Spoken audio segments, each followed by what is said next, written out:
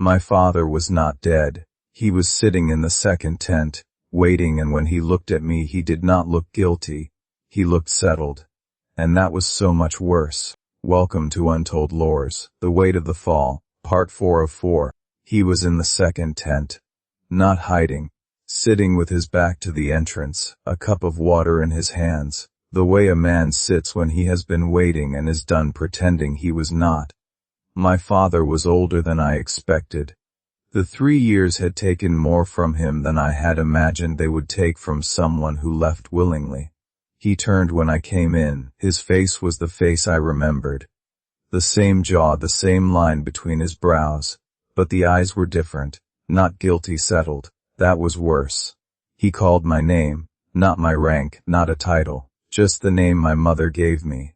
I told him, you have 9 days to tell me why I should not drag you back to Vaskar in chains. He said the war below has killed more people in 30 years than the island's fall will kill in an hour. He was right. I knew he was right even while I hated him for saying it. The war below the island was old and deep, and neither side had a reason to stop because Vaskar had been selling weapons to both of them for 3 generations. And the council had called it trade, and the dead had no vote.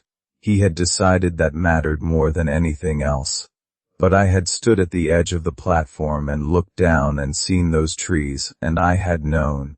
Even then, even before I knew any of this, that there were people under those trees who had never held a weapon and never chosen a side. And they did not get a vote either. Saya came in behind me. My father looked at her with something in his face I had not expected, not anger, not blame. He said, you brought him. She said, he found me. My father looked back at me. He said, there is 1 chain left. He said he had not cut it yet because he had been trying to find a way to give the people below enough warning to move. He said he had been trying for 3 years and no one on the ground would listen to a Vaskar man, and the island kept falling, and he had run out of time. He said, if you are here to stop me, you need a better answer than no. He was right about that too. And that is when I thought of the thing Saya had told me in passing the night before. Something I had let go by because the larger truth was crashing in too fast. She had said Torvek's journal described the mechanism of the anchor chains. Not just their location, their mechanism. I asked her. She closed her eyes for a moment and then opened them and said the chain does not just hold the island up. It controls the rate of descent. If you could get to the last chain and adjust the tension, not release it, not cut it, you could slow the fall, not stop it. We cannot stop it. The island was always going to land. But slow it and land it over the space of months instead of days, and the people below would have time to move, to clear out, to survive. My father put down his cup of water. He said I could not do it alone. He said the access point for the chain mechanism was in the ruins, inside a chamber that needed 2 people working in sequence to open. Because Torvek had designed it that way deliberately, no single person, however certain they were, should be able to control the fall alone. He looked at me. He looked at Saya. He said I was waiting for someone else who understood what was at stake. I sat with that for a long moment. He had framed me. He had let me be blamed for his plan, had let my career and my name be used as cover, had let me spend 3 years in an exile I did not deserve.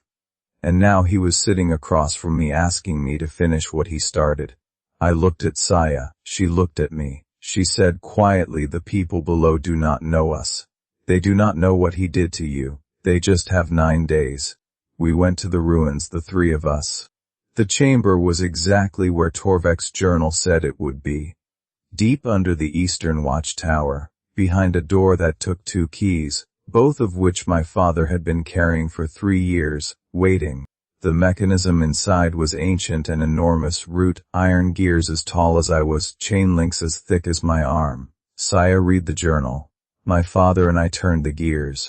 It took 6 hours and every piece of strength I had, and when the last gear clicked into place the chain did not break. It held, it slowed.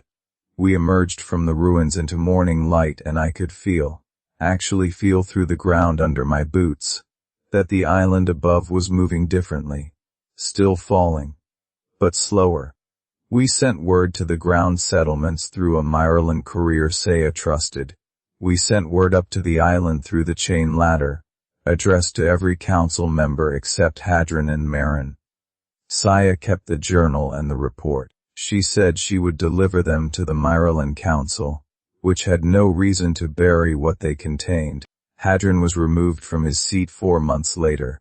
Marin resigned the day the investigation opened. My father was arrested and tried. He did not fight it. He said he had made a choice that was not his to make, and that a trial was the correct consequence of that. And he stood through every day of it with the same settled expression he had worn in the tent, and at the end the court gave him 20 years, and he accepted that too. My rank was not returned. There was no ceremony, no tin badge reversed, no court session to undo what the first one did. What I got instead was a letter unsigned that said the charges related to the Ash Corridor had been withdrawn. That was all. The island is still falling. Slower now, but still falling. In 14 months, by Saya's estimate, it will reach the ground. And when it does, if the settlements below have moved as they should be moving, it will land on empty land. Not a burial, just a landing. I stood at the edge of the platform one last time before I left. Saya stood beside me. We both looked down. She said, "What will you do now?" I thought about it. I said, "I do not know yet, but I am not going back up." She looked at me for a moment. Then she said, "Good. Neither am I."